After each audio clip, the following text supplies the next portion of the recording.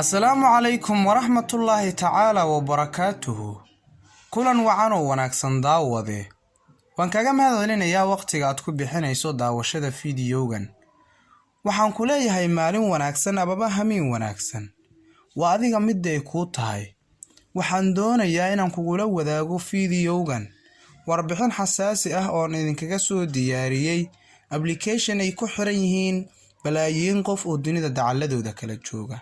Tirada dadka ku xiran abkan ee aan idin sheegayo maahan millions ee waa balaayiin qof. Haddaba daawade, waxaan rajaynayaa inaad xiisaynayso oo aad isweydiinayso maxay tahay sababta aan kaga hadlayno abkan oo ay ku xiran yihiin dadkan aadka u tirada badan. Balse daawade, mawduuceena maanta waxaan kaga hadlaynaa application ay leedahay shirkadda Facebook. Run ahaantii waxaan hubaa haddii aad tahay qof haysta telefoonada smartphone-ka ah inaad isticmaasho amaba horey aad u soo isticmaashay application-kan la yiraahdo WhatsApp.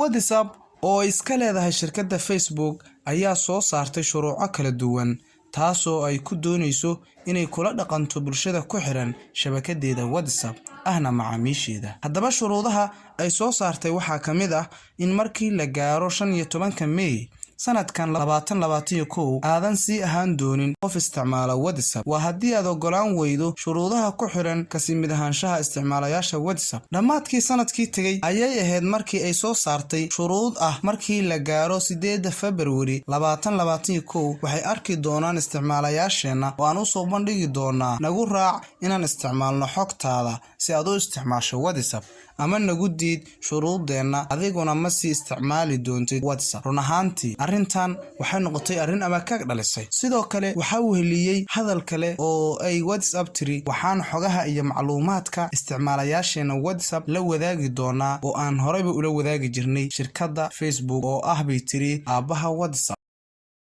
Terms and conditions. You had to either accept that or lose access to WhatsApp altogether. These changes relate to WhatsApp sharing information with Facebook and its subsidiaries. Remember, it's the same owner who owns both the companies. Haddaba hadalka ka soo yeeray WhatsApp wuxuu dhaliyay inay warbaahintu kaga hadasho siyaabo kala duwan.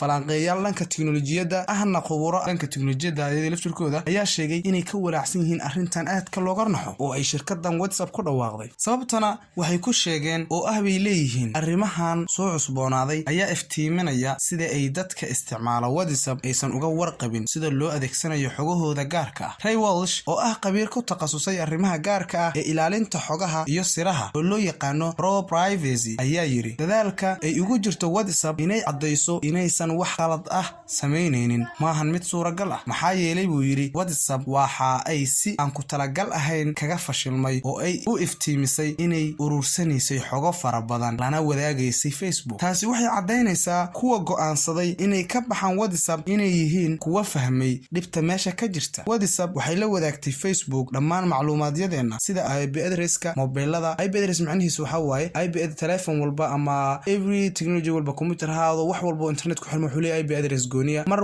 marka koobaad oo internetka ku xirato waxa teleefankaaga wuxuu qaadanayaa IP address waxa loo yaqaan ama uu hay code gooniya oo asaga bis lagu aqoonsado. Nambaradeenna sidoo kale waxay aruursatay uu yiri nambaradeenna aqoonsiyadeena iyo waliba fariimaha aan ku wada hadalno oo aan bulshada inteeda kale ay ku wada sheekaystaan. qof kasta oo mobilkiisa uu ku jiro uu yiri WhatsApp waxa lala socdaa dhaqdhaqaaq waliba ee uu mobilkiisa ka sameeyo. waxa cad in WhatsApp iibsatay xogaf badan oo aynu leenahay iyadoo ku hadlaysa magaca shirkadda Facebook. sidaas waxaa yiri Ray Walsh. tan iyo markii laga war helay arrintan warbaahintuna ay qaada dhigtay waxaa ka baxay oo iska kansalay akoonadooda oo ay ku lahaayeen barta WhatsApp dad badan oo caan ah. run ahaantii shirkadda WhatsAppna arrintan dhabarjab ayay ku noqotay iyadoo waliba go'aano kala qaadatay. go'aanadaas maxay yihiin waan idin la wadaagi doonaa. sidoo kale waxaa dib loo soo celiyay isticmaalka application kale oo bedela WhatsApp. waxaana meeshaas kaga cad application kale oo lagu wada sheekaysan jiray inay meeshaas fursado ay ka heleen oo ah in dad badan oo isticmaalayaal ay ku soo xirmaan markii WhatsApp arrintaas ay soo shaac bixday marka asxaabtay haddii aan ka hadalno iyo dadka ka baxay yani oo muhiimka iyo waliba go'aanada cusub ay qaadatay oo gooniga ay qaadatay WhatsApp muuqaal kale ayaan ka sameyn doonaa insha Allah sidoo kale waxaan fiiri doonaa oo muuqaal kale kaga hadli doonaa application-ka dambe ee la soo celiyay marka daawade haddaad intaan la soo gaartay waad ku mahadsantahay channelka wali haddaad subscribe channelka noo saar haddaad hore u saartana like iyo share videogan si asxaabtaada kaga faa'iideystaan adigana waan kaga mahad celinayaa waqtigaaga aadka u qaaliga ah oo aad siisay videogan aad ugu talagalay inaad mahadsantahay